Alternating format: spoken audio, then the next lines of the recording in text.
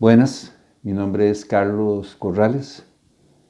Damos gracias a Dios porque una vez más podemos llegar hasta ustedes para compartir un tema extraído, por decirlo de alguna manera, basado, cimentado en la palabra de Dios. En esta oportunidad queremos hablar acerca de el pecado original. ¿Qué es el pecado original? ¿En qué consiste? ¿Cómo se transmite? O aún más, ¿cómo podemos librarnos de él? Son algunas de las preguntas que estaremos analizando en este estudio. Empecemos analizando la primera pregunta. ¿Qué es el pecado original? El pecado original como tal es un concepto, es una doctrina que fue concebida por allá del siglo II por Ireneo, ¿sí? Ireneo, obispo de Lyon. Posteriormente adoptado por el catolicismo en el concilio de Cartago en el 251 después de Cristo. Concepto que fue tomando forma en los concilios de Orange entre 1529 después de Cristo y el concilio de Trento, celebrado en 1545 a 1563. Parece ser que más de 1300 años fueron necesarios para que la Iglesia Católica oficializara y le diera forma a esta doctrina. Parece increíble, pero así es, a esta doctrina del pecado original. De modo que a la pregunta ¿qué es el pecado original? Tenemos que responder que es una dogma, una doctrina o una enseñanza de la Iglesia Católica. ¿En qué consiste? Bueno, según la tradición, el pecado original es el pecado de desobediencia que cometió Adán y Eva en un principio en el huerto del Edén. Pecado que, según la tradición católica, le heredaron a toda la raza humana. O bien sea, cada ser humano carga sobre sus hombros el pecado de Adán y Eva. Por otro lado, Martín Lutero y Juan Calvino dicen que el pecado original equivale a la concupiscencia humana, la cual, según ellos, destruyó el libre albedrío del hombre, no teniendo el hombre dominio, control o capacidad para luchar en contra del pecado. ¿Cómo se transmite? Bueno, por la concepción o nacimiento físico. ¿Cómo se borra? ¿O cómo podemos, según la tradición católica, liberarnos del pecado original? Bueno, según ellos, entre otros grupos religiosos, porque no son los únicos que piensan así, el único elemento que puede borrar el pecado original es el bautismo en agua. Por eso, según ellos, si un niño o una persona muere sin ser bautizada, no puede ir a la gloria eterna. Va a tener que ir al limbo por una eternidad, sin posibilidad alguna de llegar nunca jamás al cielo. Eso en el caso de que fuera una persona buena. Si es mala, deberá ir al infierno de por vida. Entonces les repito, según la tradición católica, entre otros grupos religiosos, el único elemento que puede borrar el pecado original es el bautismo en agua. Por eso, según ellos, si un niño o una persona muere sin ser bautizado, deberá ir al limbo, sin poder jamás aspirar a la gloria eterna. Eso sí es una buena persona. Si es una mala persona, irá al infierno de por vida. Según la tradición católica también, entre otros grupos religiosos, una persona es bautizada, según el rito católico, borrará tan solo el pecado original. Para borrar los demás pecados que haya cometido en vida y no los haya declarado en confesión, deberá ir al purgatorio cuando muera.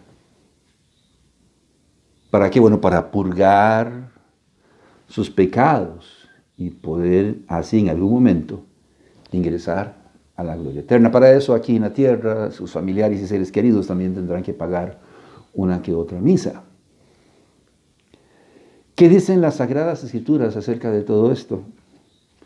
Bueno, en primer lugar tenemos que decir que no hay evidencia alguna de que hayamos heredado el pecado de Adán y Eva.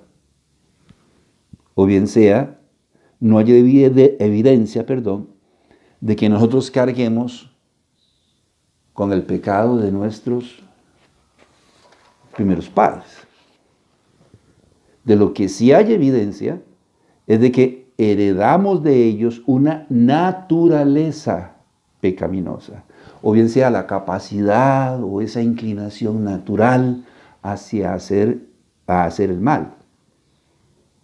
Pero no heredamos su pecado. Dice la palabra de Dios en el libro de Deuteronomio, en el capítulo 24, en el versículo 16. Los padres no morirán por los hijos, ni los hijos por los padres. Cada uno morirá por su pecado. Y en el libro de Ezequiel, en el capítulo 18, en el versículo 4 y 20, el profeta nos dice: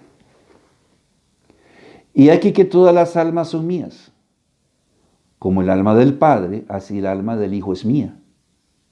El alma que pecare, esa morirá. El Hijo no llevará el pecado del Padre, ni el Padre llevará el pecado del Hijo. La justicia del justo será sobre él, y la impiedad del impío será sobre él. Por lo tanto, toda la raza humana es pecadora porque heredó una naturaleza pecaminosa, no propiamente el pecado particular o singular, si me permite, que Adán y Eva cometieron en el huerto del Edén. De modo que heredamos esta naturaleza pecaminosa, si es cierto, por concepción y nacimiento físico. Salmos capítulo 51, versículo 5, el salmista David hablando y nos dice: y aquí en maldad he sido formado, y en pecado me concibió mi madre. Entonces heredamos esta naturaleza pecaminosa por concepción o nacimiento físico. Por esta causa tenemos que morir. Es el apóstol Pablo quien nos dice en Romanos 6, 23, porque la paga del pecado es la muerte. La muerte física y la muerte espiritual. La muerte física es el resultado directo del pecado de Adán y Eva. Dios hizo al hombre a su imagen y conforme a su semejanza. Y si Dios es eterno, Probablemente en un principio esa iba a ser la condición del hombre. Sin embargo, cuando pecó y el hombre se contaminó con el pecado, el hombre perdió esa condición o esa posibilidad. Ahora el hombre iba a ser un ser finito. Génesis capítulo 3, versículo 19, con claridad Moisés nos dice: con el sudor de tu rostro comerás el pan hasta que vuelvas a la tierra, porque de ella fuiste tomada, pues polvo eres, y al polvo volverás. Así que la muerte física es el resultado del pecado de Adán y Eva. La muerte espiritual es el resultado o la consecuencia directa de dos factores. Uno, ser pecadores. Ser pecadores, si bien sea contar con una naturaleza pecaminosa. Recordemos que Dios es santo, Dios sigue siendo santo. Dios es santo, pero el hombre es pecador. Y el pecado le separa de Dios. Número uno. Número dos. La muerte espiritual, es el resultado también o consecuencia directa del rechazamiento del medio provisto por Dios para la redención del hombre. Tantos casos ha habido de náufragos, personas que van en un barco, en un yate, y de repente caen al mar. Alguien da la voz de alerta, alguien toma un salvavidas y lo lanza a la persona que cayó al mar para que pueda salvarse. Pero no es cierto que la salvación de ese individuo depende de si acepta o no el salvavidas. De eso estamos hablando. De eso estamos hablando. La muerte espiritual, la condenación eterna, entre comillas, en el infierno, depende del rechazamiento o no del medio provisto por Dios para la redención del hombre. Si hablamos de la redención del hombre, la redención del hombre está basada en la suficiencia del sacrificio del Señor Jesucristo en la cruz del Calvario. Y nótese que estamos diciendo en la suficiencia del sacrificio de Cristo. Porque hay personas que piensan que lo que el Señor hizo en la cruz del Calvario no fue suficiente. Cuando hablamos de la redención del hombre, estamos hablando de que la redención del hombre está basada en la suficiencia del sacrificio del Señor Jesucristo en la cruz del Calvario, no en el bautismo. En 1 Corintios, en el capítulo 1, en el versículo 17, el apóstol Pablo, pues no me envió Cristo a bautizar, sino a predicar el evangelio, no con sabiduría de palabras, para que no se haga vana la cruz de Cristo. ¿Qué está diciendo Pablo? Lo mismo que acabamos de decir nosotros. Que la redención del hombre está basada en la suficiencia del sacrificio de Cristo, no en el bautismo. Pablo no vino a predicar un bautismo para salvación. Vino a predicar un evangelio basado en lo que el Señor Jesucristo hizo en la cruz del Calvario. En Juan 3:36, él dice: el que cree en el Hijo tiene la vida, pero el que rehúsa creer en el Hijo no verá la vida, sino que la ira de Dios está sobre él. En Juan 3:16 dice: porque de tal manera amó Dios al mundo, que ha dado su Hijo unigénito, para que todo aquel que en él cree no se pierda, mas tenga vida eterna. Para mencionar dos textos relacionados con lo que estamos diciendo. La redención del hombre está basada en lo que el Señor Jesucristo hizo en la cruz del Calvario. De modo que si el perdón de nuestros pecados es solo posible a través del sacrificio de Cristo, el bautismo no es necesario para la salvación. Recordamos un caso el ladrón en la cruz. Algunos hasta nombre le han puesto. Y le dice al Señor, acuérdate de mí cuando vengas en tu reino. Le advierto que todavía no ha venido en su reino, según la expresión. Y el Señor le responde, hoy mismo estarás conmigo en el paraíso. ¿Cuándo? Hoy. El ladrón murió en la cruz del Calvario, no tuvo tiempo, no tuvo chance, no tuvo oportunidad para ser bautizado. Y sin embargo el Señor le dijo, ¿qué? Hoy mismo estarás conmigo en el paraíso. ¿Por qué? Porque este hombre, estando en la misma agonía que el Señor Jesucristo, creyó en Él para salvación. Creyó en la suficiencia del sacrificio de Cristo para salvación. Alguien dirá, bueno, ¿y los niños? Bueno, los niños o infantes sin distingo de edad están bajo la gracia y la justicia de Dios. Me imagino que usted habrá leído lo que dice Mateo en el capítulo 19, en el versículo 14. Pero Jesús les dijo, dejad a los niños venir a mí y no se lo impidáis, porque de los tales es el reino de los cielos. Los niños o infantes sin distingo de edad están bajo la gracia y la justicia de Dios. ¿Por qué? Bueno, porque no tienen conciencia del bien y del mal. Y si no tienen conciencia del bien y del mal, no pueden entender y comprender que son pecadores. Mucho menos van a entender su necesidad de un Salvador. Y muchísimo menos van a entender que ese Salvador es Cristo Jesús y que no hay otro. De modo que si no pueden entender su necesidad de un Salvador, entonces están bajo la justicia de Dios. Dejad a los niños venir a mí y no se lo impidáis, porque de los tales es el reino de los cielos, dice el Señor. Y tenemos un ejemplo. Cuando el pueblo de Israel con Esdras renovó el pacto con Dios, lo firmaron todas aquellas personas, incluyendo niños,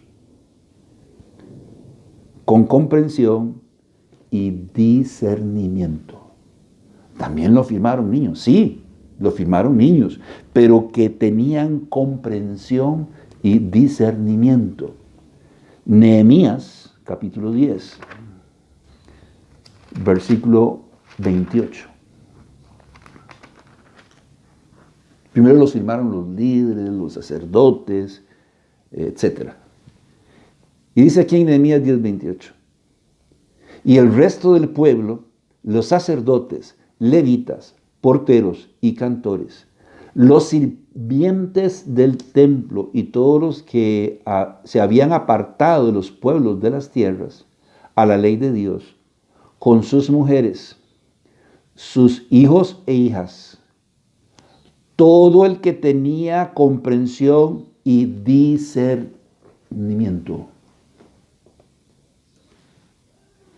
Es claro lo que Dios dice o lo que la palabra de Dios dice al respecto.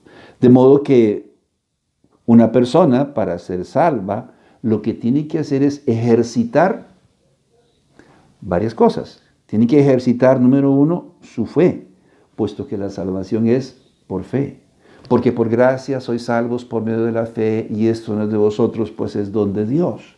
La salvación es por fe, entonces tiene que ejercitar su fe. A la larga, si Dios nos hubiera dicho, mire, tienes que conseguirte una roca de 1 tonelada, echársela sobre los hombros y llevarla a un determinado monte.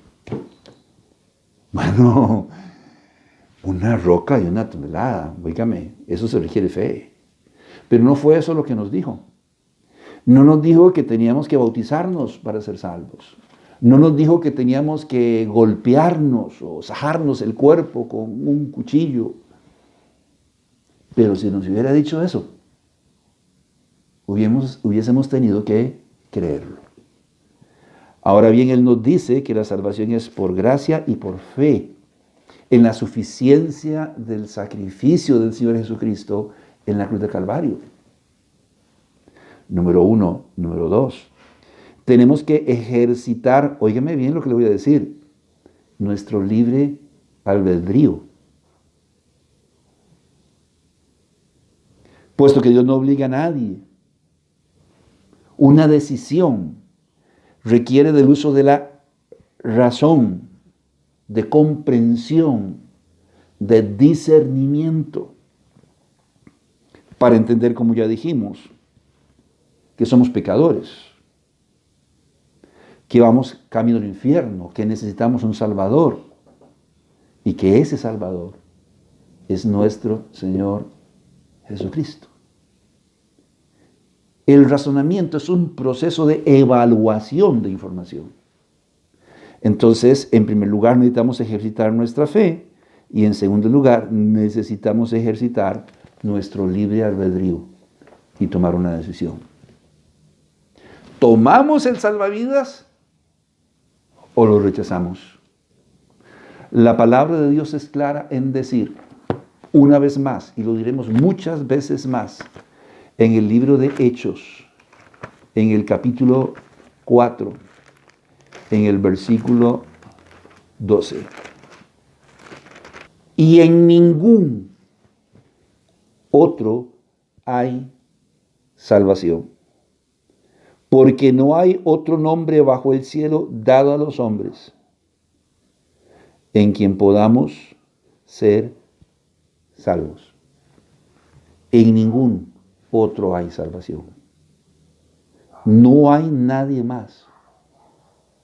No hay otro candidato, no hay otra posibilidad, porque no hay otro nombre bajo el cielo dado a los hombres.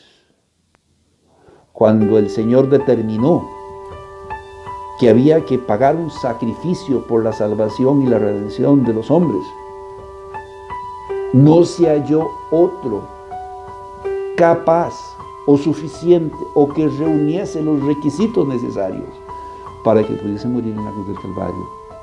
Solamente el Verbo, solamente el Señor Jesús, solamente el Señor Jesucristo. Por eso se le llamó el Cordero de Dios, que quita el pecado del mundo. Mi amigo, mi amiga que me oye, no hay otra opción ni otra alternativa, solamente el Señor Jesucristo. Que Dios les bendiga. Por favor, envíanos tus preguntas y comentarios. Danos un me gusta y comparte este video con tus amigos. Gracias.